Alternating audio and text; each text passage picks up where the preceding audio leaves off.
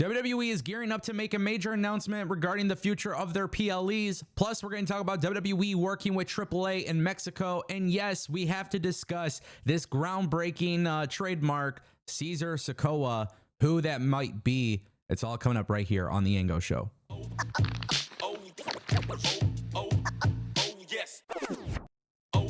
Ladies and gentlemen, my name is Ango. Thank you for stopping by. I want to kick things off, of course, with Caesar Sikoa, because this is a new trademark filed by the WWE, and obviously WWE is gearing up to make a name change. Now, the question is Solo Sikoa going to be the one now known as Caesar Sikoa, or is this going to be the new name for Jacob Fatu? Now, the reason why I bring this up is because we all know that Jacob Fatu is joining the WWE, and obviously with Hikuleo joining the WWE and Tonga Loa and all of these different things, WWE is gearing up towards a major Civil War program for the Bloodline.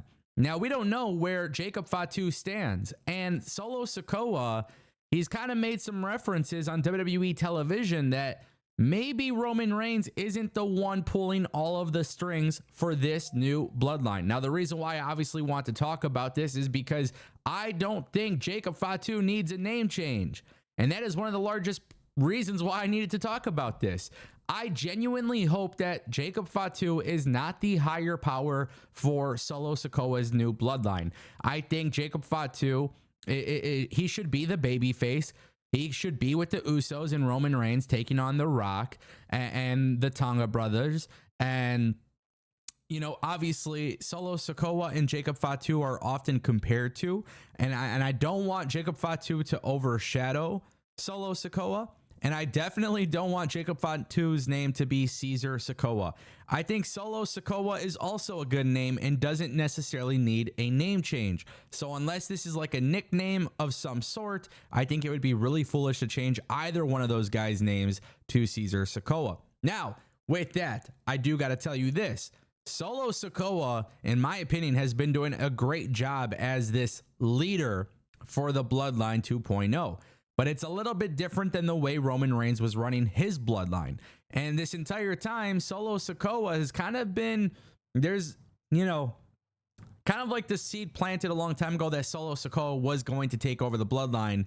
And it never obviously happened. Now this is his version of the bloodline. I don't think it necessarily makes sense for him to answer to Jacob Fatu. I think Jacob Fatu needs to be the babyface. I think The Rock needs to be the one directing traffic for the heels. And ultimately, if Solo Sikoa is given a new name, yes, I understand that the name Caesar makes a lot of sense here.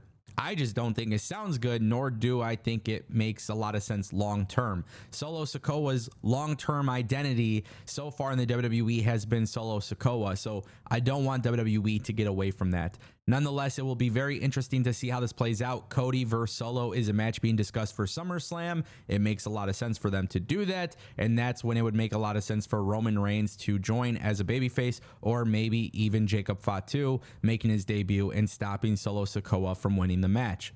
I want to turn our attention to AAA and WWE potentially working together. Now, as you guys know, I say this with everything Dave Meltzer talks about.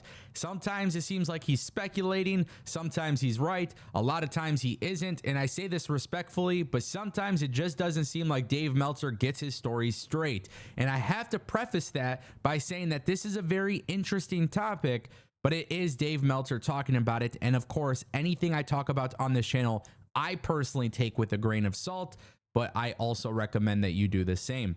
A new report from Dave Meltzer in the Wrestling Observer newsletter suggests that WWE are looking to work with more companies across the planet, with discussions concerning a working relationship between NXT and Lucha Libre AAA believed to be ongoing. Now, I do want to say that this is a very interesting story for a variety of reasons, largely due to the fact that WWE and their global localization plan has found themselves working with TNA, which is based out of Canada. And then, of course, we got to talk about All Japan Pro Wrestling and Pro Wrestling Noah and Marigold, which are all part of Japan. So obviously that's very important that we discuss those things. Meltzer states that NXT has been in talks with AAA's Dorian Roldan, although no further information has been revealed at this point. Completely fine. I have nothing against that. I think it's a great idea. WWE should work with AAA. Keep in mind, I did talk about this several months ago or a year ago. Whenever Dragon Lee joined the WWE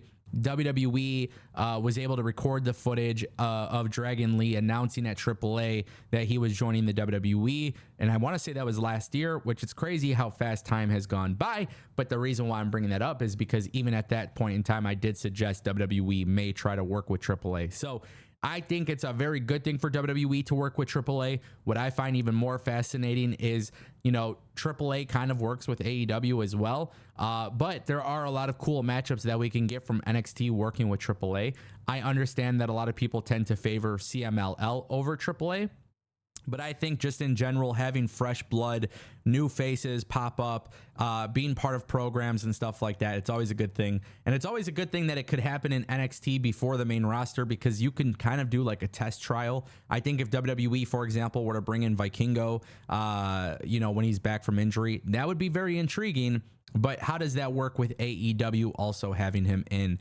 You also got to keep in mind that TNA does have a working relationship with AAA, and they've had a great relationship with AAA. So maybe TNA could even be a little bit more helpful to the WWE when you see TNA, AAA, and NXT talent all in the same ring. But nonetheless, this is something I'm super excited about. Obviously, more working relationships is better for pro wrestling. I talked about this for over an hour on my new podcast.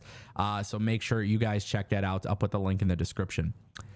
WWE is gearing up to make a massive announcement. This is super exciting if you are somebody that lives in Indiana. This is super exciting for anybody who lives in the Midwest, where it's super easy to travel to Indiana, because WrestleVotes has dropped an exclusive, and they've reported that WWE and the Indiana Sports Corp are nearing a multi-event deal starting with the 2025 Royal Rumble at Lucas Oil Stadium on Saturday, February 1st, 2025. In addition, the deal is likely to include a future WrestleMania and SummerSlam, which both could take place at Lucas Oil Stadium. Now, me personally, I've talked about this a lot. I've talked about these stadium shows. I've talked about WWE getting paid for these shows and why it's a good thing. And obviously, anytime a city says, hey, we want you to bring your wrestlers in a stadium show in our state, it's a great thing. WWE gets paid. The city gets money from tourism.